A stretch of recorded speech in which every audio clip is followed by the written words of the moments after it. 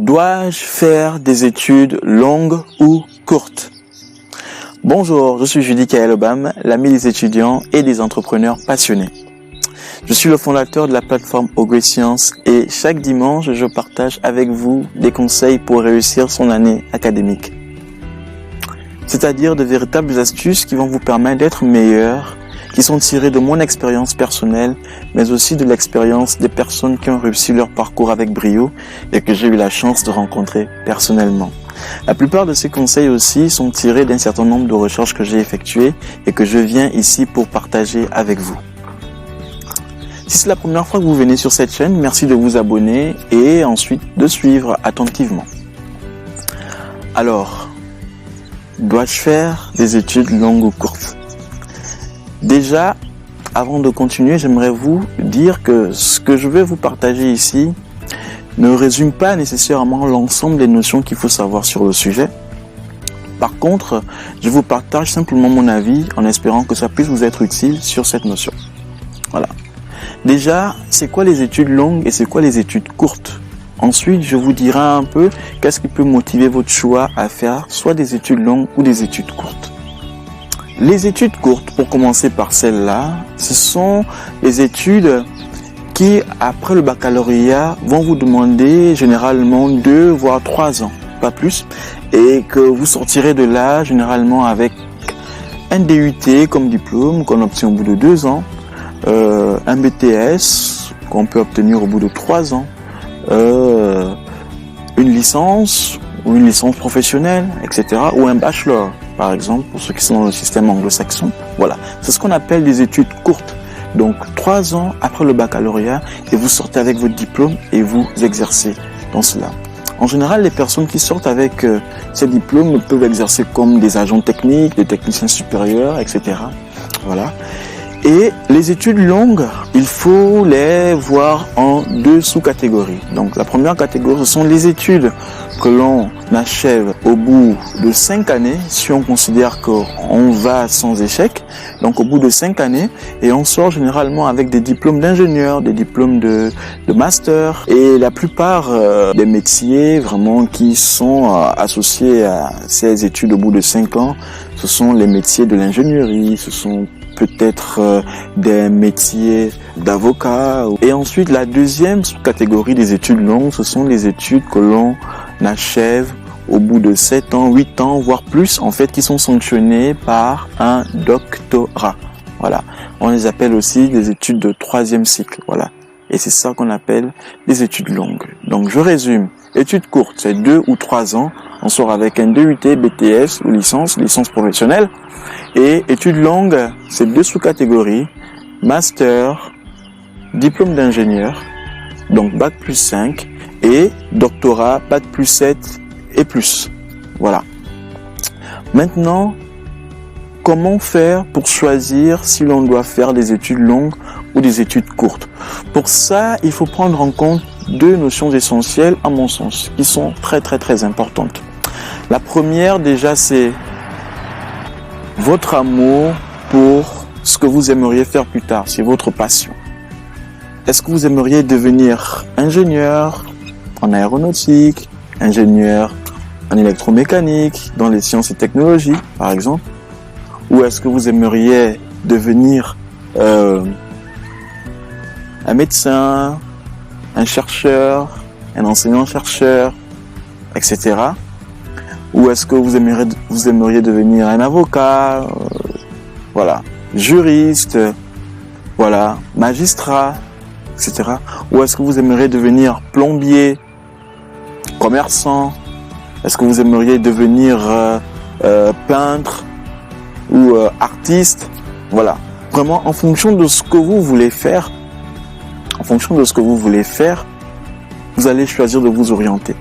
Et maintenant, chacun de ces métiers va requérir un certain niveau d'études.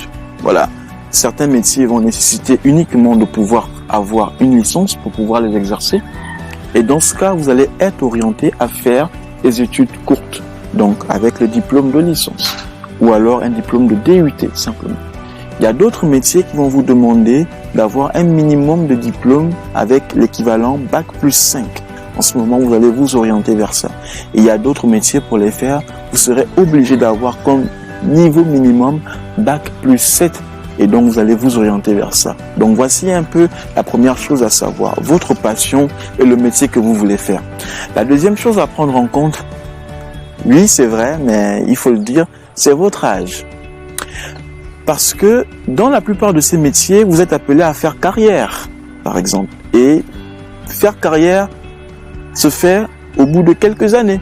Ça ne se fait pas en 1 an ou en 2 ans. Donc, ça prend un certain temps pour faire carrière. Donc, si vous commencez votre carrière à un certain âge, par exemple, si vous avez déjà un âge très avancé, ça veut dire que vous n'allez peut-être pas profiter suffisamment des avantages que vous pourriez tirer en termes d'expérience et en termes de robustesse de carrière dans le domaine que vous allez embrasser. Donc, c'est très important. Si vous songez à faire un métier où la carrière est appelée à être longue, il est préférable que vous ayez un diplôme déjà donc très jeune avant d'embrasser ce métier. Voilà. Si, je prends un exemple, si vous voulez être chirurgien, par exemple, chirurgien dentiste, on va dire ça comme ça, mais vous savez que pour le faire, il faut d'abord passer un diplôme de médecin, voilà, généraliste, et après faire des années de spécialisation et ensuite commencer sa carrière comme chirurgien. Vous voyez que ça prend un certain temps. Déjà, pour faire des études de médecine, c'est au moins bac plus 7. Et en plus, faire des années en plus de spécialité, ça peut prendre un certain nombre d'années. Et ensuite, vous commencez à exercer comme chirurgien. Donc, il est préférable pour des personnes qui veulent embrasser ce type de carrière, d'avoir eu, par exemple, leur bac à 18 ans, ou en tout cas très jeune. Parce que si, imaginez que vous avez votre bac à 18 ans, donc si vous faites 18 plus 7 ans, ça vous amène à 25 ans. Voilà. Donc, à 25 ans, vous sortez médecin. Et après ces 25 ans, vous faites quelques années, peut-être 4 ans ou 5 ans, pour faire la spécialité, pour être chirurgien dentiste. Et ça vous amène à 30 ans. 30 ans, 31 ans. Et du coup, à 30-31 ans, vous avez largement le temps de faire carrière comme chirurgien dentiste. Voilà. Mais la condition, c'est d'avoir eu son bac très tôt. Par contre, si vous voulez, par exemple, être un agent technique dans l'ébénisterie ou un agent technique dans la plomberie, ça vous demandera des études courtes. Et en ce moment, vous pouvez par exemple avoir eu votre bac à 20 ans, 21 ans, on va dire grand max, 23 ans. Ça veut dire que pour faire ces études, ça ne va vous demander que 3 ans par exemple, et pour sortir avec un diplôme d'agent technique, donc BTS, licence, donc 23 ans, plus 3 ans, ça veut dire qu'en 6 ans, à 26 ans, vous sortez qualifié et vous pouvez commencer et vous avez le temps de faire carrière. Donc il faut vraiment jouer avec ça. Donc prenez en compte l'amour que vous avez pour un métier, mais prenez aussi en compte votre âge. Donc si vous avez moins de 20 ans et que vous n'avez pas encore eu votre bac, vous pouvez prétendre à des métiers qui vont vous demander de faire des études longues, si vous aimez ça. Mais si par contre vous avez moins de 20 ans et que vous ne voulez pas du tout faire des métiers qui vous demandent de faire des études longues, tant mieux. Faites des études courtes et vous sortez très jeune déjà et être opérationnel et vous avez encore une plus longue carrière. Voilà. Par contre, si vous avez déjà un âge un peu avancé, donc au-delà de 20 ans, donc 23 ans, 24 ans, voire même 25 ans, parce qu'il y en a qui ont par exemple un retard scolaire et qui se retrouvent à 25 ans sans le bac, qui sont peut-être en terminale encore, pour vous, il est préférable de faire des études courtes parce qu'au moins, à moins de 30 ans, vous pouvez être qualifié et être opérationnel et embrasser une carrière et peut-être, pourquoi pas, évoluer plus tard dans votre plan de carrière. Voilà. C'est un peu ce que je voulais partager avec vous au sujet de s'il faut faire des études courtes ou des études longues et quels sont les paramètres à prendre en compte. J'espère que ce conseil vous a plu. Il y a tellement beaucoup de choses à dire là-dessus, mais c'est juste une portion que j'ai voulu partager avec vous. Si vraiment c'est le cas, n'hésitez pas à liker et de blinder les commentaires. Aussi, n'oubliez pas, partagez-les à toutes les personnes que vous aimez pour que celles-ci puissent également en bénéficier. Et pour aller plus loin, sachez qu'il y a actuellement la formation disponible donc dans le coffret Comment se motiver à travailler de façon payante grâce aux OMCT.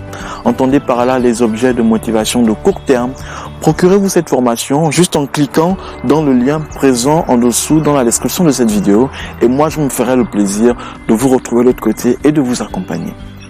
C'était Judy Kaelebin pour vous inspirer à être encore meilleur. Entre-temps, prenez soin de vous et à la semaine prochaine. Ciao, bye bye.